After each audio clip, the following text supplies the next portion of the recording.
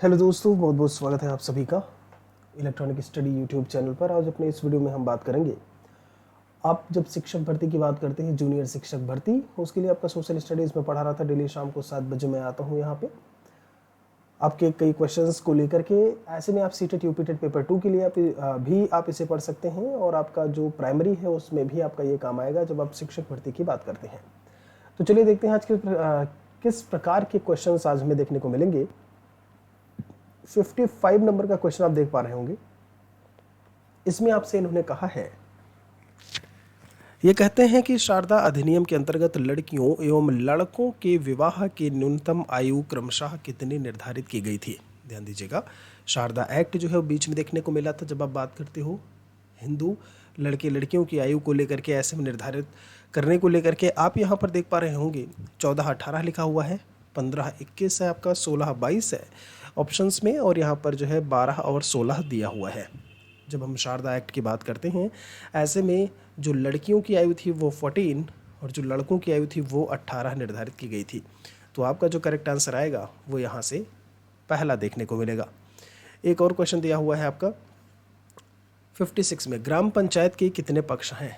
जब हम ग्राम पंचायत को लेकर के बात करते हैं, आप बहुत अच्छी से ध्यान रखिएगा। जो 56 नंबर क्वेश्चन आपसे बोला है, एक अक्सर पूछा जाने वाला आपका सवाल है 56 नंबर का।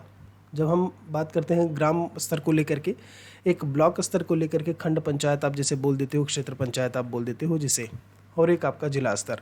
तो ऐसे में जब हम बात करेंगे कितने पक्ष होते हैं, तो आपका जो करेक्ट आंसर यहाँ से देखने को मिलेगा वो तीसरा आएगा। आशा उम्मीद है कि आप सभी लोग सही कर रहे होंगे। बहुत बहुत स्वागत है जो अभी क्लास में जुड़ रहे हैं। आगे चलते हैं। इसमें 57 नंबर में क्या पूछा है आपसे, कहते हैं नगर पालिका कमेटी का प्रधान क्या कहलाता है। जब भी आप नगर पालिका कमेटी, चूँकि जब आप बात करते हैं नगरीय व्यवस्था को लेकर के, तो आपका नगर निगम भी होता है, नगर पालिका भी है आपका, और एक टाउन भी होता है जिसे हम कस्बा बोलते हैं। 3 तरीके से हम डिफाइन करते हैं।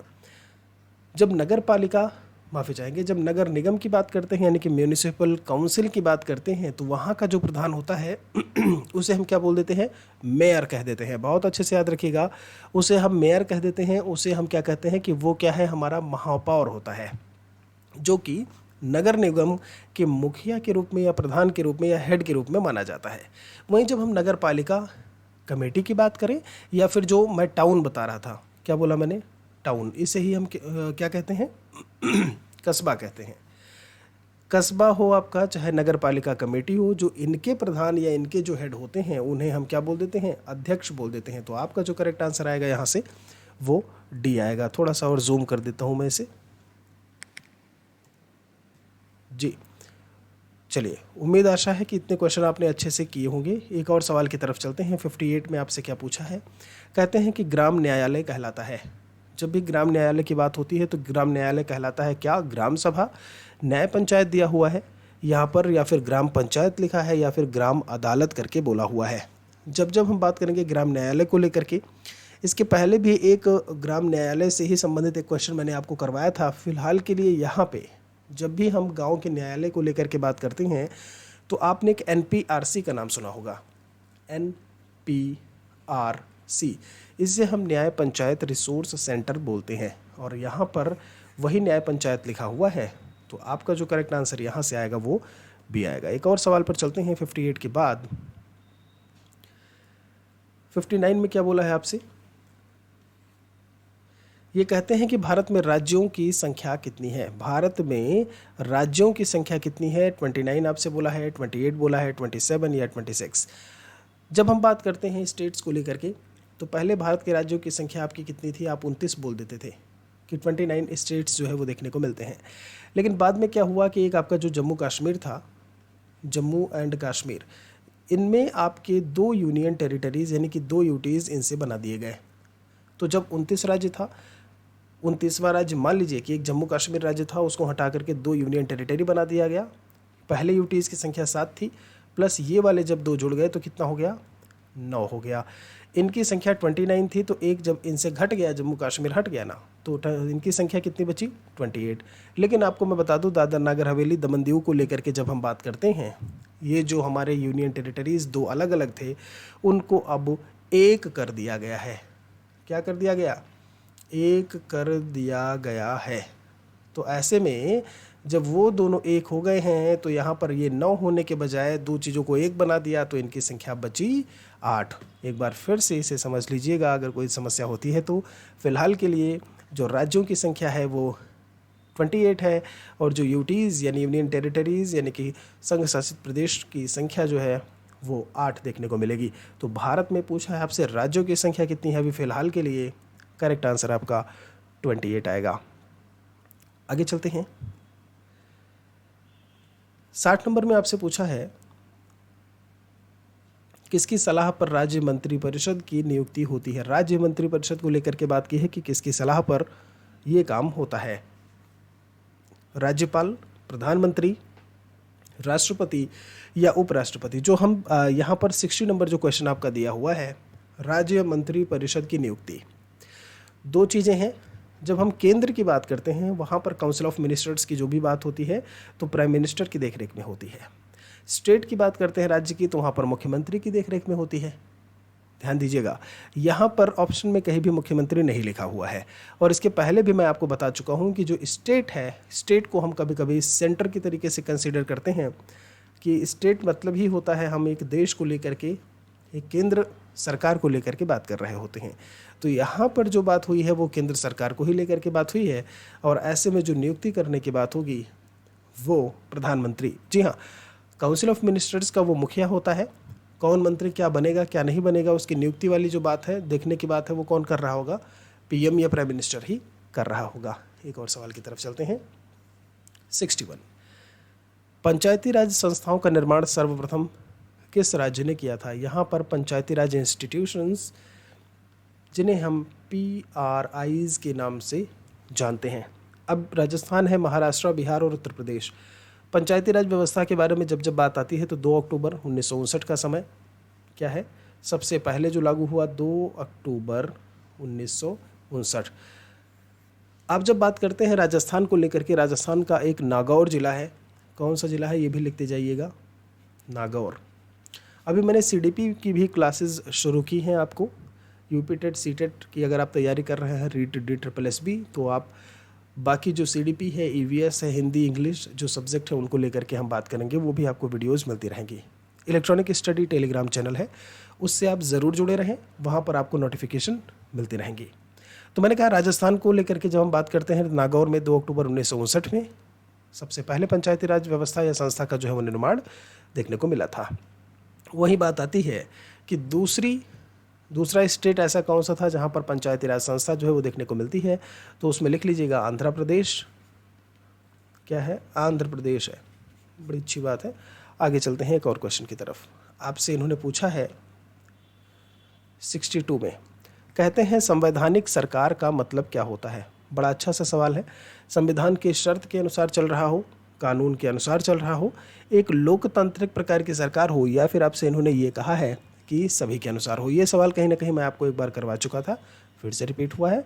तो बिल्कुल सही है कि संविधान की शर्तें जो भी चीज़ें हैं उनके हिसाब से भी काम हो रहा हो, कानून के अनुसार भी हो, और ऐसी सरकार जहाँ पर जनता का शासन देखने को मिले। ठीक है जी, तो आपका जो करेक्ट आंसर आएगा यहाँ से वो D आएगा। उम्मीद है कि बहुत अच्छे से आप भी यहाँ से क्वेश्चंस को सही कर रहे होंगे।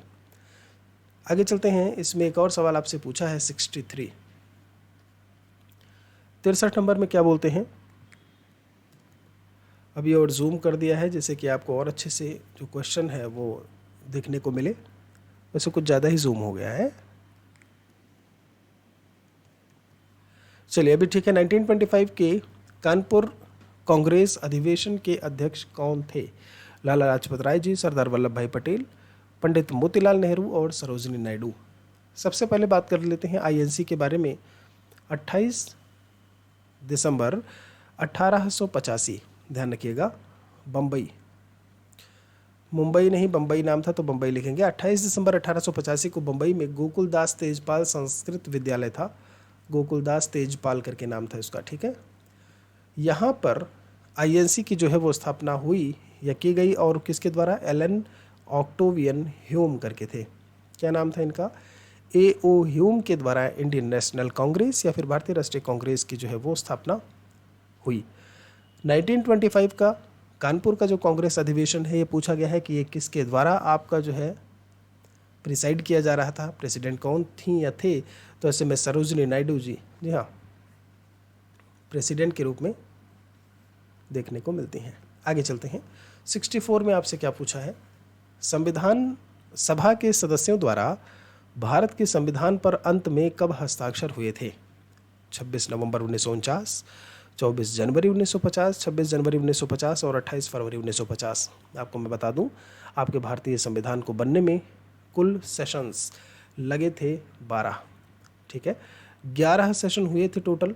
उसके बाद जब हम 12वें सेशन की बात करते हैं, जो 12th आपका सेशन था वो आपका भारतीय संविधान जब लागू हुआ, यानी 26 जनवरी 1950 से 2 दिन पहले, यानी कि 24 जनवरी 1950, ध्यान दीजिएगा, 24 जनवरी 1950 को एक बार फिर से संवेद हुई थी। किस लिए संवेद हुई थी, मतलब फिर से एक बार गठित की गई थी। यहाँ पर जो हस्ताक्षर होने थे जितने भी सदस्य थे उनके, इसलिए फिर से गठित हुई थी, मतलब फिर से संवेद हुई, आकर के फिर से एक सेशन हुआ। तो वो 12th सेशन था 24 जनवरी 1950 का। तो यहाँ पर यही कहा है कि भारत के संविधान पर अंत में कब हस्ताक्षर हुए थे, तो 24 जनवरी 1950 आपकी डेट आएगी। करेक्ट आंसर भी होगा। आशा है कि आप भी यही ऑप्शन को टिक किए होंगे।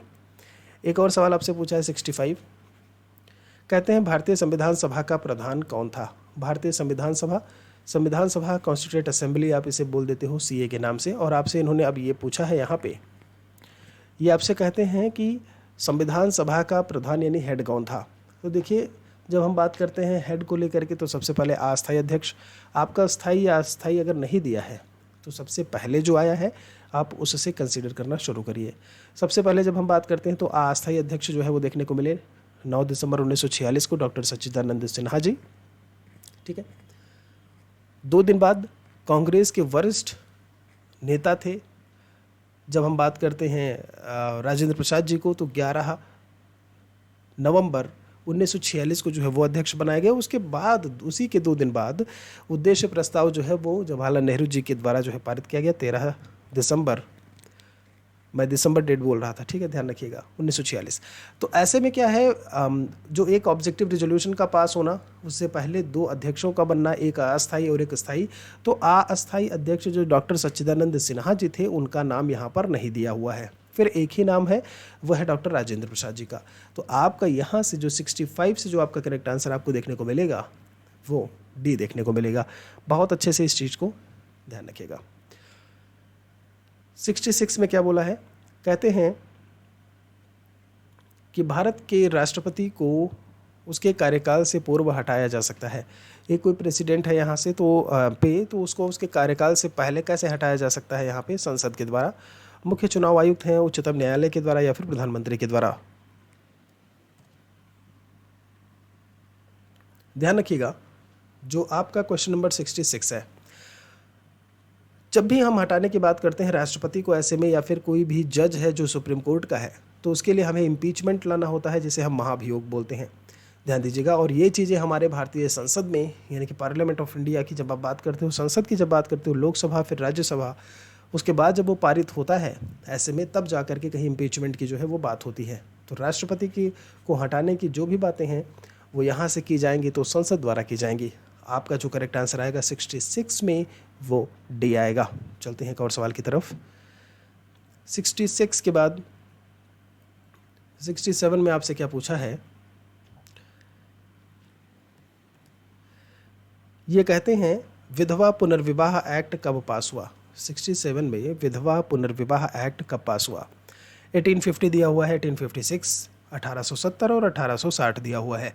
याद रखिएगा, जब हम विधवा पुनर्विवाह एक्ट को लेकर के बात करते हैं, क्रांति हुई थी आपकी 1857 में, आपको बहुत अच्छे से पता है, थोड़ा वहीं से ध्यान रखिएगा। उसके 1 साल पहले, जस्ट 1 साल पहले आपका जो विधवा पुनर्विवाह एक्ट है वो पारित हुआ था। तो कब आया था आपका? 1856 में। आपका करेक्ट आंसर यहाँ से बी आएगा। एक और सवाल आपसे पूछा है इन्होंने, भारत के संविधान द्वारा कितनी भाषाएं स्वीकृत हैं? मतलब लिस्ट ऑफ रिकॉग्नाइज्ड लैंग्वेजेस की जब हम बात करते हैं, अनुसूचियों की बात कर ले, जब अनुसूची यानी कि शेड्यूल नंबर 7 में जो बात की गई है वो सूचियों को लेकर के बात की है कि 3 लिस्ट जो है भारतीय संविधान में दी हुई हैं। वही जब हम अनुसूची संख्या 8 की बात करते हैं तो वहाँ पर लिस्ट ऑफ रिकॉग्नाइज्ड लैंग्वेजेस की बात होती है, जिसकी लिस्ट ऑफ रिकॉग्नाइज्ड लैंग्वेजेस, और इनकी जो आपकी संख्या है चल जाओ भाई, काहे बेइज्जती करा रहे हो। तो मैंने कहा कि भारतीय संविधान की जब हम बात करते हैं कितनी भाषाएं स्वीकृत हैं, तो ऐसे में भारतीय भाषाओं को स्वीकृति की जो बात है वो शेड्यूल नंबर 8 में देखने को मिलती है, और उनकी संख्या है आपकी 22। बहुत अच्छे से ये सवाल भी याद रखिएगा। कहते हैं द्वैध शासन प्रणाली को स्थापित किया गया। यहाँ पर डायरकी, द्वैध शासन को क्या बोलते हैं, डायरकी करके बोल देते हैं, डायरकी, ठीक है। होता ये है CHY करके है डायरकी का। आपसे कहा भारतीय शासन अधिनियम 1935 दिया हुआ है, भारतीय शासन अधिनियम 1919, भारतीय परिषद अधिनियम 1909 दिया हुआ है, और एक दिया है भारतीय परिषद अधिनियम 1892। आपको मैं बता दूं, जब 69 नंबर क्वेश्चन को लेकर के बात करते हैं, चूंकि यहाँ केंद्र में एक था आपका कि प्रांत में द्वैध शासन की व्यवस्था की बात कब की गई, और एक था आपका केंद्र में कब बात की गई। जब प्रांत में द्वैध शासन यानी कि डायरकी को लेकर के बात होती है, तब वो हमारा भारतीय शासन अधिनियम 1919 के तहत था। लेकिन जब केंद्र में डायरकी यानी कि द्वैध शासन, एक दोहरे शासन को लेकर के बात की जाती है, तो ये था हमारा भारतीय शासन अधिनियम 1935। क्या था, जिसे हम गवर्नमेंट ऑफ इंडिया एक्ट 1935 कह देते हैं। और एक चीज़ यहाँ से ये भी याद रखिएगा कि आपके भारतीय संविधान का एक बहुत बड़ा हिस्सा गवर्नमेंट ऑफ इंडिया एक्ट 1935 से ही लिया गया है, ठीक है। मतलब जो भारतीय शासन अधिनियम 1935 लिखा हुआ है ना, इसी से आपका उधार लिया गया है, या फिर लिया गया है, कुछ भी कह सकते हैं। एक और सवाल, भारतीय संविधान सभा में कुल कितनी महिला सदस्याएं थीं, या जब वुमेन्स की बात करते हो कितनी मेंबर्स जो है वो देखने को मिलती हैं, 15, 13, 12 या 10। भारतीय संविधान सभा, कॉन्स्टिट्यूएंट असेंबली में कई सारी समितियां, और उसमें ये कहा गया कि कितनी महिला सदस्याएं जो है वो देखने को मिलती हैं, तो इनकी जो संख्या थी वो थी, जी हाँ, 15। उम्मीद आशा है कि आपने भी यहीं पर टिक किया होगा। तो दोस्तों ये थे आपके कुछ क्वेश्चंस। एक बार फिर SST के लगभग हमारी चौथी क्लास थी, एक और क्लास को लेकर के हम आपसे जल्दी ही मिलेंगे। कुछ अच्छा लगा हो तो लाइक और शेयर ज़रूर कर दीजिएगा, औरों के साथ में भी इस वीडियो को। नए हैं तो चैनल पर बने रहें, सब्सक्राइब कर लें, रेड बेल आइकन के साथ में ऑल नोटिफिकेशन को सेलेक्ट ज़रूर करें, जिससे कि सारी नोटिफिकेशन आपको वीडियोज़ की, क्लासेस की मिलती रहे। मिलते हैं एक और वीडियो में जल्दी ही। Thanks for watching.